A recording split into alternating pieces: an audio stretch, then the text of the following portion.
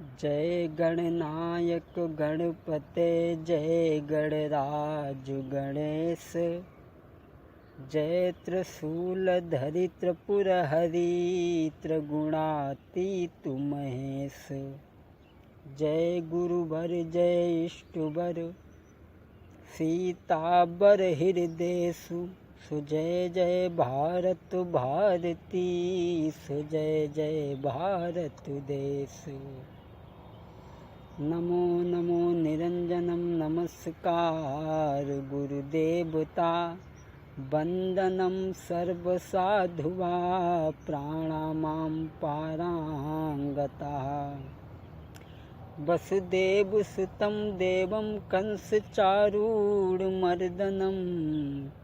देवकी नंदन कृष्णं वंदे जगद्गुरु। कर्पूरगौरं करुणावतारं संसारसारं भुजगेन्द्रहारं सदा वसन्तं हृदयारविन्दे भवं भवानी सहितं नमामि।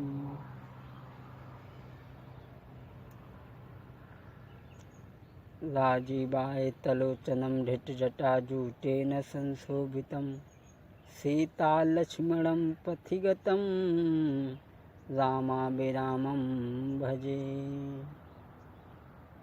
2 बार भगवान नाम। राम चरण चित लाई हो भजो राधे गोविंदा। राम चरण चित लाई हो भजो राधे गोविंदा। एक अयोध्या धाम में आया एक मथुरा का मान बढ़ाया। दोनों जगत के साईं हो भजो राधे गोविंदा। राम चरण चित लाई हो भजो राधे गोविंदा। एक सरयू तट क्रीड़ा करावे एक यमुना तट धेनु चरावे। दोनों जगत रखवाले हो भजो राधे गोविंदा। राम चरण चित लाई हो भजो राधे गोविंदा। जब जब मारा तब तब तारा भक्तों को प्रभु तेरा सहारा। श्याम हो या रघुराई हो भजो राधे गोविंदा। राम चरण चित लाई हो भजो राधे गोविंदा। अर्जुन को गीता ज्ञान सिखाया अर्जुन को गीता ज्ञान सिखाया। सब विधि लियो अपनाई हो भजो राधे गोविंदा।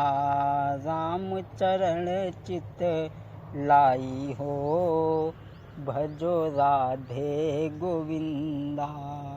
बोलिए सच्चिदानंद भगवान की जय।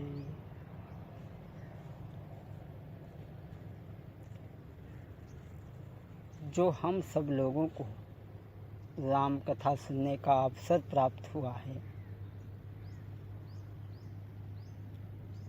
बड़े भाग्य से।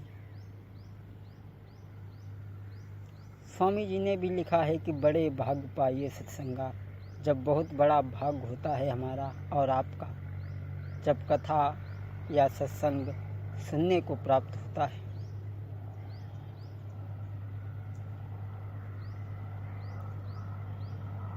जो कथा घर में सुनी जाती है उस कथा का फल अलग है। जो कथा नियमित सारायण में आप सुने उसका फल अलग है। बद्रीनाथ में सुने उसका फल अलग है, हरिद्वार में कथा सुने उसका फल अलग है।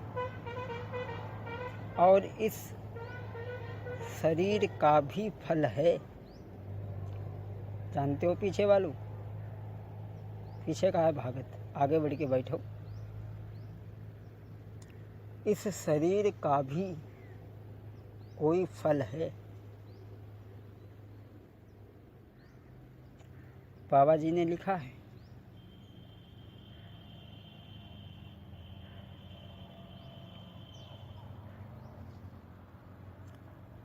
जो हम और आपने मानव शरीर पाया है, इसका भी कोई फल है।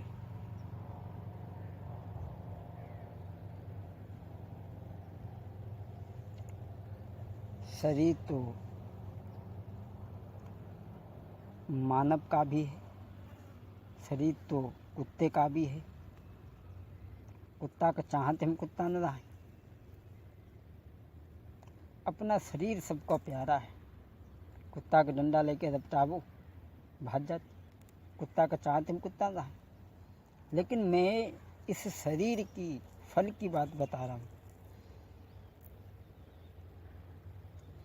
देह धरे कर यह फल भाई, देह धरे कर यह फल भाई, देह धरे कर, देह धरे कर यह फल भाई, जो तन पाई भजई रघुबीरा, जो तन पाई भजई रघुबीरा, जो तन पाई। देह धरे का यह फल भाई, जो तन पाई भजई रघुबीरा। इस शरीर का भी फल है। लेकिन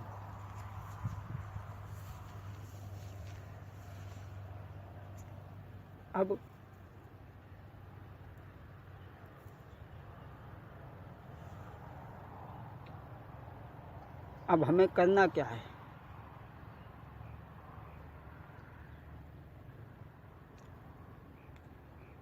जो काम हम अपने लिए करते हैं वो पाप है। और जब तक जो काम हम अपने लिए करते रहेंगे उसमें पाप लगता रहेगा। इसलिए जो भी कुछ करो वो भगवान के लिए करो। यहाँ कथा हो रही है, ये न कहो कि ये हम करा रहे हैं, नहीं। ये कहो कि हम भोले बाबा के लिए कर रहे हैं। भोले बाबा के दरबार में चल के आए, हम सब उनके चरणों में पड़े हैं, उनकी रजा हो तो हमें अपनावें, और न रजा हो ना अपनावें। और जो उनकी रजा में रजामंद है बस उसे ही आनंद है। एक नवैया में सौजने बैठे हते। नवैया धार में छूट गई, हुमा एक बाबो बैठो। अचानक तूफान आ गया, नवैया धार में बूढ़ने लगी। लोग सब घबराने लगे। बाबा जी नदी में से पानी भर के नवैया में डाले। अब चिमटा बजावे, गा गावे कि भगवान तेरी नैया डगा मग डोले, भगवान तेरी नैया डगा मग डोले, डगा मग डोले, डगा मग डोले, भगवान तेरी नैया डगा मग डोले। भगवान की कृपा ऐसी थी, तूफान सद गया, नवैया किनारे लग गई। लोग उतर उतर के चलन लगे। बाबा नवैया में से पानी भर के नदी में डालने लगे। लोगों ने कही बाबा का पागल होगा। अरे जब नवैया बूढ़त यही, जब तुम नदी में से पानी भर के नवैया में डालते थे, अब नवैया पार हो गए तो नवैया को पानी नदी में डालते। बाबा जी बोले देखो तुम्हें नहीं मालूम, उस समय हमारे प्रभु की इच्छा थी कि हम नवैया का डुबाई दी, तो हम प्रभु की इच्छा मिलावत हते कि और जल्दी डूब गई। अब मेरे प्रभु की इच्छा नहीं है तो इसलिए नवैया का पानी नदी में डाले। जो उनकी रजा में रजामंद है बस उसे ही आनंद है।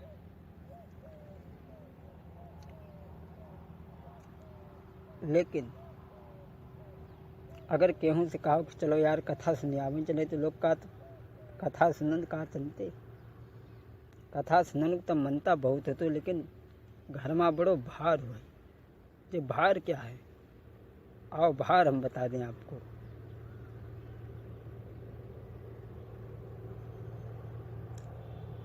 आप गंगा तो नहाए हुई हो, गंगा ना अरे गोमती तो नहाए हुई हो कम से कम। हम देखा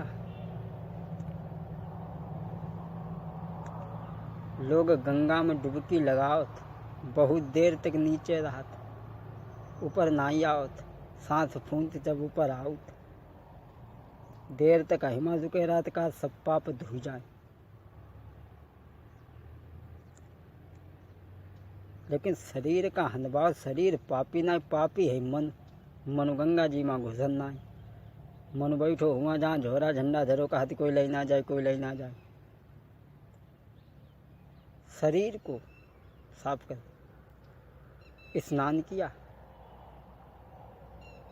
सोचा लाओ एक टिपिया जल भर ले, घरे ले चले। एक टिपिया जल भरो लेके चले, हाथ में पकड़ो तो हाथों कचरो हो जाती, कंधा पर धरो कंधों कचरो हो जाती। ये क्या हो गया? अरे जब हम जल में थे तब कुंटलों पानी हमारे ऊपर निकल गया, हमें कोई बोझ नहीं लगा। लेकिन एक टिपिया जल भर के लेके चले, बड़ा बोझ हुई। क्या जल बदल गया? ना, हमारा मन बदल गया, हमारे विचार बदल गए, हमारी भावना बदल गई। जब हम जल में थे तब हमारा विचार था कि हम जल में हैं, और टिपिया भर के लेके चले तो हो गए जल हमारा है। और मेरे भाई जहाँ हमारा पन लग गया वही दुखदाई है। इसलिए जो भी कुछ करो परमात्मा के लिए करो, भोले बाबा के लिए करो, न वो पाप होगा और न वो पुण्य होगा, सीधे मोक्ष हो जाएगा।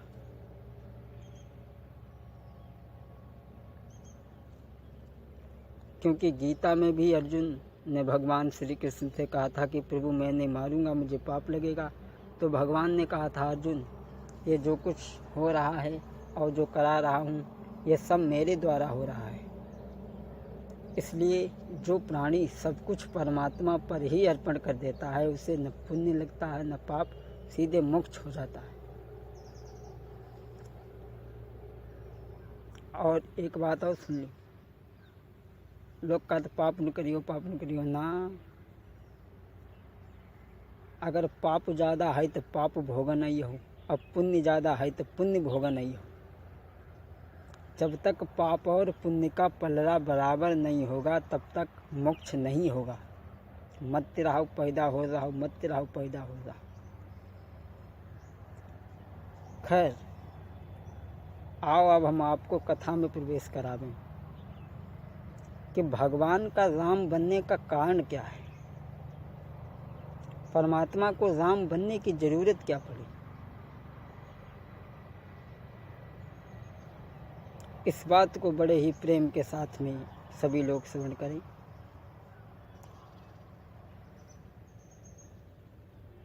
एक वरदान का कारण है और दो श्राप के कारण हैं। मनु शत्रुपा को वरदान दिया था और सती बिंदा ने श्राप दिया था, नारद बाबा ने श्राप दिया था। और श्राप की खड़ी में दो एक बातें हम आपको बता दें। जो नारद बाबा ने श्राप दिया था, भगवान का राम बनने का कारण क्या है?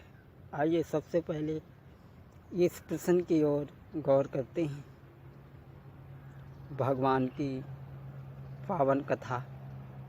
गंगा दो प्रकार की है, एक भगीरथ लाई और दूसरी गंगा माता पार्वती लाई। कौन सी गंगा? ज्ञान गंगा। कथा माता पार्वती ने भगवान भोले बाबा से सुनी, जिसे हम